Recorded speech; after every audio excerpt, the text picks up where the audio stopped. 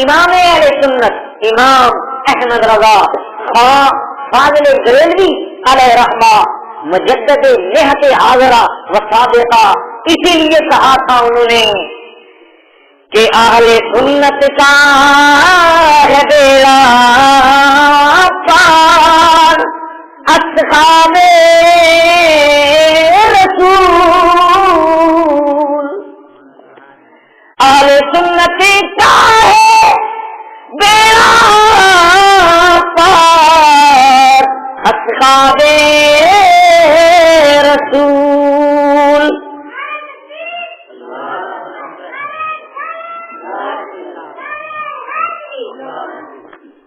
فرماتے اہل سنت کا ہے بیڑا پار اصحاب رسول، نجم ہے اور نہ ہے عطرت رسول کی۔ فرماتے اہل سنت کا بیڑا پار ہے، یہ صحابہ کا بھی پیار رکھنے والے لوگ ہیں اور نبی کی آل بیت کی محبت کو بھی دل میں بسانے والے لوگ ہیں، اس لیے ان کا بیڑا پار ہے۔ جو ان دونوں میں سے کسی ایک کو چھوڑ گیا اس کا بیڑا پار نہیں ہے بلکہ اس کا بیڑا غرق ہے۔ یہ اعلیٰ حضرت کی تشریح ہے، تو یاد رکھیے اللہ تبارک تعالیٰ نے ہر جہت کی خوشبو اور اجالا اہل سنہ والجماعہ کو عطا کیا ہے۔ آئیے قرآن سے عظمت صحابہ، قرآن مجید کی سورہ الفتح، فتح کا مطلب ہی کامیابی ہوتا ہے۔ رب بتانا چاہتا ہے کہ اگر تم چاہتے ہو کہ تمہیں فتح ملے، تمہیں کامیابی ہو جائے کافر نبی اور آخرت کی زندگی، تو پھر سنو اس سورہ فتح کے اندر جن ہستیوں کی شان کو میں نے بیان کیا ہے ان کی شان کو دل و جان سے مان لو، فتح تمہارے قدم خود چلے گی۔ وہ کون سے ہیں؟ سنیے میرے رب جلال کا قرآن، سورہ فتح 36واں پارہ آیت نمبر 29-29۔ میرے رب کا قرآن کہتا ہے محمد رسول اللہ، میرا رب کہتا ہے محمد اللہ کے رسول ہیں، محمد اللہ کے رسول ہیں۔ والذین معہ، وہ جو ان کے ساتھ ہیں، جو ان کے ساتھ ہیں۔ اور آگے رب فرماتا ہے اشداء علی الکفار، وہ شدت اختیار کرتے ہیں کافروں پر۔ کس پر شدت اختیار کرتے ہیں؟ کافروں پر۔ پتہ یہ چلا کافروں پر شدت اختیار کرنا اگر اس دور میں کسی کو دیکھا جائے تو علامہ امیر المجاہدین خادم رضوی کی صورت میں ہمیں نظر آتا ہے۔ آج جب امیر المجاہدین کا انتقال ہوا تو اس سے پہلے جس شخص نے کفر کی چیخیں نکالی، ہر دنیا کے کونے کونے میں کفر جو تھا وہ کانپ رہا تھا، اس کی چیخیں نکل رہی تھی۔ جس وقت حضرت امام امیر المجاہدین علامہ خادم الحسین رضوی، جن کو صحابہ کرام کی ایک تاثیر، جن کے اندر صحابہ کرام کی ایک عملی صورت جن کی چہرے سے، جن کے کردار سے نظر آتی تھی، کیسا ہوا جس وقت ان کا انتقال ہوا تو پورے عالم کفر نے خوشیاں منائی۔ تو قرآن کہتا ہے وہ نبی کے ساتھ رہنے والے، اور ساتھ تیسری شان بیان کی اشداء علی الکفار، کافروں پر سختی کرنے والے، کافروں پر سختی کرنے والے۔ آگے رب فرماتا ہے رحماء بینہم، یہ آپس میں بڑے رحم دل مومنوں کے ساتھ، ایک طرف کافروں پر سخت دل ہے، مومنوں پر رحم دل ہے۔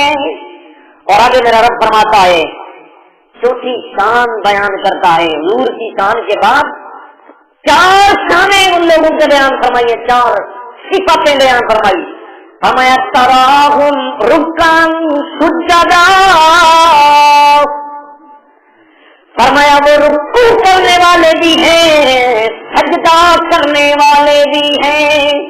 رب کی بارگاہ میں جھک جانے والے بھی ہیں. اور رب فرماتا ہے یبتغون فضلا من اللہ ورضوانا. میرا رب کہتا ہے اللہ کا فضل یہ لوگ چاہنے والے جو نبی کے ساتھ ہوتے ہیں, جو کفار پر شدت اختیار کرنے والے ہیں, وہ آپس میں رحم دل ہیں, رکوع اور سجود کرنے والے ہیں. یہ چار شانیں ان چاروں خلفاء کی بیان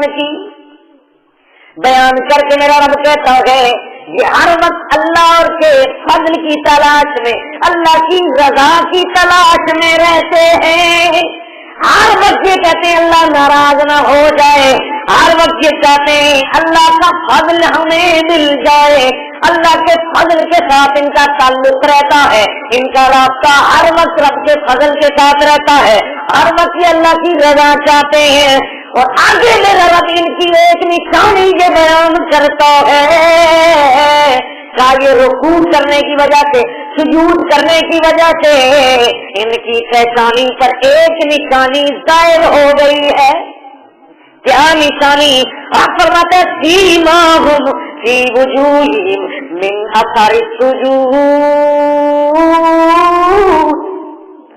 میرا رب کہتا ہے ان کی علامت ان کے چہروں میں سجدوں کے نشان ہیں. سجدوں کے نشان اگر آپ نے اسی طرح صحابہ کی عملی صورت دیکھنی ہے تو میرے پیر امیر اہل سنت, وہ جنہوں نے پوری دنیا کے اندر میرے نبی کی عملی صورت اور میرے نبی کی سنت کا تحفہ پوری امت کو دیا. کسی کو داڑھی رکھوائی, کسی کو نبی کا امام عطا کر دیا, جس کی ایک نظر سے کروڑوں لوگوں کی تقدیریں بدل گئی. اگر اس کے ماتھے کو دیکھنا ہے مولانا الیاس اتاری قادری کے چہرے پر تو تمہیں صحابہ کرام کی وہ عملی تصویر نظر آئے گا کہ میرے پیر امیر اہل سنت کے چہرے پر تمہیں سجدوں کا اثر نظر آئے گا, چہروں کا اثر نظر آئے گا. حضرات محترم یہ لوگ کہتے ہیں کہ چہرے پہ یاد رکھیے, گولنے میں رکھیے, رگڑ رگڑ کے اپنے ماتھے کو سجدے میں رگڑنا اس نیت سے کہ تاکہ میں نمازی لگوں, مجھے کہیں گے بڑا نمازی ہے, تو اس طرح شرعاً قرآن و حدیث کے ناجائز ہے, خلاف ہے, اور یہ بہت اس کی مذمت کی گئی ہے. لیکن ویسے آپ کا سجدہ کرنے کی وجہ سے یہ نشان ظاہر ہوتا ہے تو یہ ایماندار لوگوں کی علامت ہے, بڑے کرامت والے لوگوں کی علامت ہے. اور اس علامت کو بطور خاص میرے نبی کے صحابہ کے لیے استعمال کیا گیا, بلکہ ولیوں کے سردار جس کی ٹھوکر سے اللہ تبارک تعالیٰ ولی پیدا کر دیتا ہے وہ مولا کائنات, روحانیت کے علمبردار, جن کی خیرات سے اللہ تبارک تعالیٰ خود پیدا کرتا ہے, ابدان پیدا کرتا ہے, اوتاد پیدا کرتا ہے. روحانیت کا سلسلہ مولا کائنات سے میرے رب نے قیامت تک چلایا. وہ مولا کائنات یہ ان کی شان ہے کہ ان کے چہروں سجدے کی حالت میں جب وہ سجدہ کرتے ہیں تو ان کے چہرے پر نشان آ جاتا ہے. حضرات محترم, اب یہاں پر سمجھنا یہ ہے کہ محمد الرسول اللہ تو سمجھ آتا ہے کہ محمد الرسول اللہ سے مراد میرے نبی ہیں اس آیت میں, جو سورہ فتح کی آیت نمبر 29 ہے. لیکن والذین معہ میں یہ کون مراد ہے؟ تراہم رکعا سجدا یبتغون فضلا من اللہ ورضوانا سے کیا مراد ہے؟ اشداء علی الکفار سے کون مراد ہے؟ یہ رب بتانا چاہتا ہے کہ سمجھو یہ کس کی شان ہے. تو مفسرین فرماتے ہیں یہاں محمد الرسول اللہ سے مراد میرے نبی کی ذات ہے. اور آگے والذین معہ جو ہر وقت حضور کے ساتھ رہتے ہیں, اس سے مراد سیدنا ابو بکر الصدیق ہیں, جو ہجرت کی رات بھی میرے نبی اور تیرے نبی کے ساتھ نظر آتے ہیں. اتنا بڑا ساتھی کہ جس کو قرآن نے ساتھی قرار دیا وہ حضرت ابوبکر صدیق کی ذات ہے. اور آگے لاتا ہے اشداء علی الکفار، کفار پر بڑے شدت والے ہیں. اس سے مراد مولا عمر فاروق کی ذات ہے. وہ کفار پر اتنی شدت اختیار کرتے ہیں کہ میرے نبی نے خود بیان کیا ہے کہ یہ کفار پر بڑی شدت اختیار کرتے ہیں. گویا قرآن بھی کہتا ہے کہ اشداء علی الکفار، عمر وہ ہے جو کافروں پر بڑی شدت سے پیش آتا ہے. اور آگے رب فرماتا ہے رحماء بینہم، یہ آپس میں رحم دل ہے. اس رحم دل سے مراد فقط سیدنا عثمان غنی رضی اللہ تعالیٰ عنہ کی ذات ہے. ان کو اللہ رب العزت نے رحم دل قرار دیا ہے. اور آگے چوتھی شخصیت جس کے بارے میں قرآن کہتا ہے تراہم رکعن سجدًا یبتغون، یہ وہ ہیں کہ انہیں دیکھے اگر کوئی تو رکوع اور سجود کرتے ہوئے نظر آتے ہیں. جو مولائے کائنات ہے، مولائے کائنات ہیں. یاد رکھیے یہ خاص صرف اللہ تعالیٰ نے قرآن مجید کے اندر جو بیان ان چاروں کی ہے، اسی لیے ہم حق چار یار کا نعرہ لگاتے ہیں. اب اس میں یہ 5 آ گئے. میرے نبی محمد رسول اللہ والذین معہ اشداء علی الکفار رحماء بینہم تراہم رکعن سجدا. یہ 5 تن ہے. کیا ہے؟ 5 تن. ادھر صحابہ میں بھی 5 تن ہیں اور ادھر میرے نبی کی آل بیت میں بھی 5 تن ہیں. لوگوں نے صرف ایک 5 تن کو لیا اور دوسرے پہلے صحابہ 5 تن کو چھوڑا، راضی ہو گئے. اور ادھر معاملہ یہ تھا کسی نے صحابہ میں 5 تن کو لیا، 5 تن کی شان کو مانا، ان کی محبت کا دعویٰ کیا اور 5 تن 5 اہل بیت کو چھوڑا. یہ خارجی ہو گئے. کون ہو گئے؟ خارجی ہو گئے. تو سنو ادھر بھی 5 تن ہیں جو صحابہ میں نظر آتے ہیں اور ادھر اہل بیت میں بھی 5 تن ہیں جو میرے نبی کی چادر کے نیچے آ گئے تھے. قرآن کے اندر سورہ احزاب کی آیت نمبر 33 میں رب ان کے بارے میں کہتا ہے وہ بھی 5 تن تھے جس میں میرے نبی کی ذات ہے، مولا کائنات ہے، حضرت فاطمہ ہے، حضرت حسن ہے، حضرت حسین ہے. یہ بھی 5 تن ہیں، یہ بھی 5 تن ہیں. پتہ یہ چلا جو ان 5 تن کو نہ مانے وہ بھی ایمان کامل والا نہیں ہے، اور جو ان 5 تن کو نہ مانے صحابہ اہل بیت میں وہ بھی بے ایمان ہے. ایمان والا وہ ہے جو ان 5 تن کی بھی محبت دل میں رکھے اور ادھر 5 تن اہل بیت میں ہیں ان کی محبت بھی اپنے ایمان دل میں رکھے. اس کو اہل سنت والجماع کہا جاتا ہے. اس کو کیا کہا جاتا ہے؟ اہل سنت والجماع. یہ ممتاز اور امتیاز اور تفریق پیدا کرنے کا نام ہے اہل سنت. اور باقی مذاہب کے اندر حضرات محترم یہ ان کی شان ہے. پہلے کا نام ہے ابو بکر، دوسرے کا نام ہے عمر، تیسرے کا نام ہے عثمان، چوتھے کا نام ہے علی. پہلے کا نام آپ نے سنا کہ مولا ابو بکر. ان کا اوریجنل نام کیا ہے؟ کسی کو پتا ہے؟ ابو بکر کا اصلی نام کیا ہے؟ پتا ہے کسی کو؟ کوئی نہیں بتائے مجھے. آج میں آپ کو بتانے لگا ہوں حضرت سیدنا ابو بکر کا اصلی نام، اوریجنل نام عبداللہ ہے. کیا ہے؟ عبداللہ. تو سنیے، عبداللہ عین کے ساتھ ہے، عمر عین کے ساتھ ہے، عثمان عین کے ساتھ ہے، علی عین کے ساتھ ہے. تو عین چاروں کے نام عین کے ساتھ ہیں. تو سمجھو اس میں بھی کوئی عظمت کا پہلو نظر آتا ہے کہ عین کے ساتھ ان چاروں کے نام کیوں رکھے گئے.